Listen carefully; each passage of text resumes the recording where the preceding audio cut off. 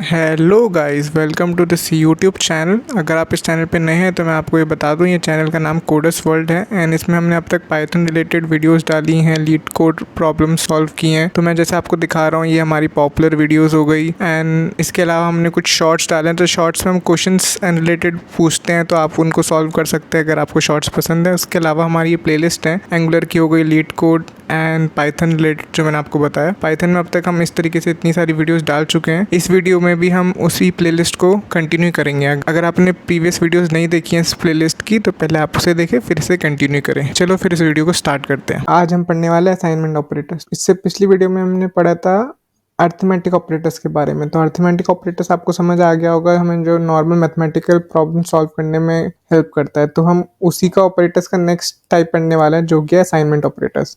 तो स्टार्ट करते हैं असाइनमेंट ऑपरेटर से। तो पहले समझते हैं असाइनमेंट ऑपरेटर होता क्या है।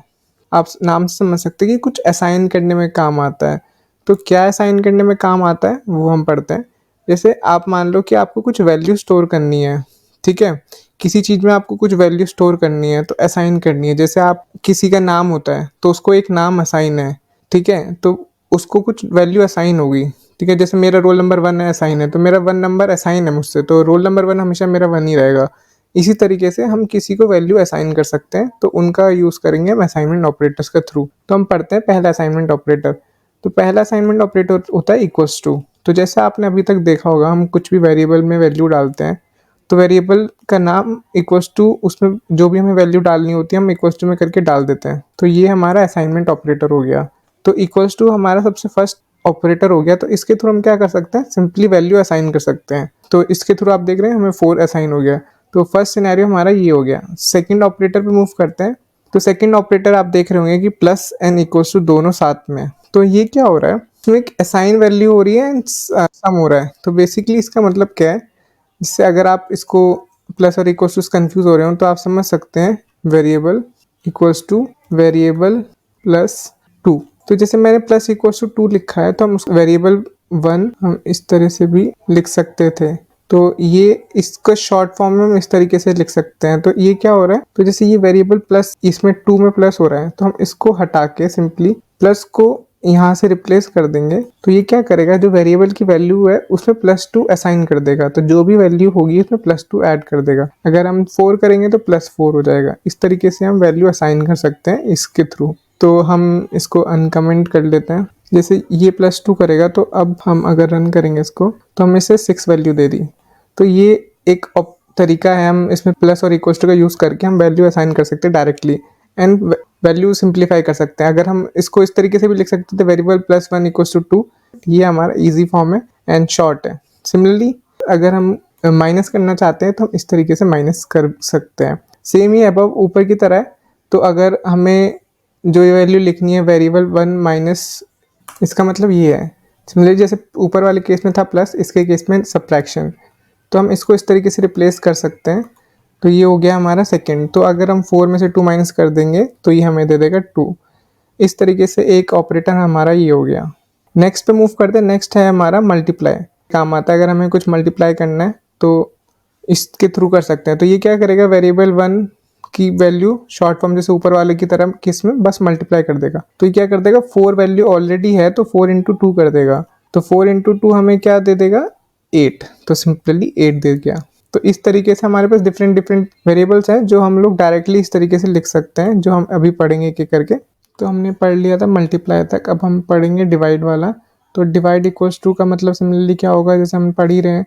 तो वेरिएबल 1 को हम वैल्यू असाइन करेंगे equals two variable 1 divide by 2, ठीक है। तो ये वाला इसका क्या आंसर आएगा, आप कमेंट सेक्शन में बताएं।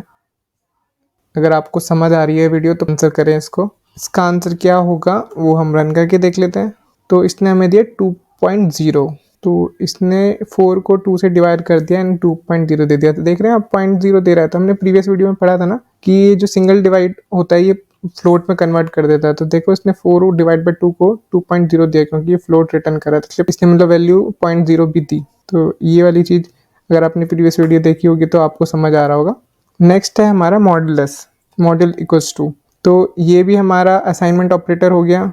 सिमिलरली ये भी क्या करेगा, वेरिएबल में असाइन करेगा वैल्यू, वेरिएबल में क्या वैल्यू असाइन करेगा, वेरिएबल मॉडुलस 2, ठीक है। तो ये हमारे सब शॉर्ट फॉर्म्स है, तो आप समझ सकते हैं हम कुछ भी इस वेरिएबल को इस तरीके से रिप्लेस कर सकते हैं। तो ये हमारा सिंप्लीफाइड फॉर्म हो जाता है। हम ऐसे भी लिख सकते हैं, कोई इशू नहीं है, लाइक हम इस तरीके से भी कर सकते हैं, बट हम इस तरीके से भी कर सकते हैं। तो आप दोनों में जो आपको इजी लगे आप वो यूज़ करें। तो ये हमारा तरीका हो गया। तो ये हमें क्या आंसर देगा मॉडुलस में, तो 4 मॉडुलस 2 हमें 0 देगा, क्योंकि इसका रिमाइंडर क्या है, 0। रन कर लेते हैं यार, तो देख रहे हो आप 0 दे रहा है, बिल्कुल करेक्ट। समझ आ रहा है ना आपको, अच्छी बात है, समझ आना चाहिए।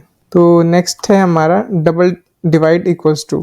तो ये हमारा फ्लोट डिवीजन जिसको हम कहते हैं, फ्लोट डिवीजन असाइनमेंट। तो ये क्या करेगा, ये वेरिएबल 1 को डिवाइड बाय 2 करेगा, बट फ्लोट डिवीजन करेगा। तो फ्लोट डिवीजन क्या करता है, उसको इंट में कन्वर्ट करता है। तो 4 डिवाइड बाई 2 होगा।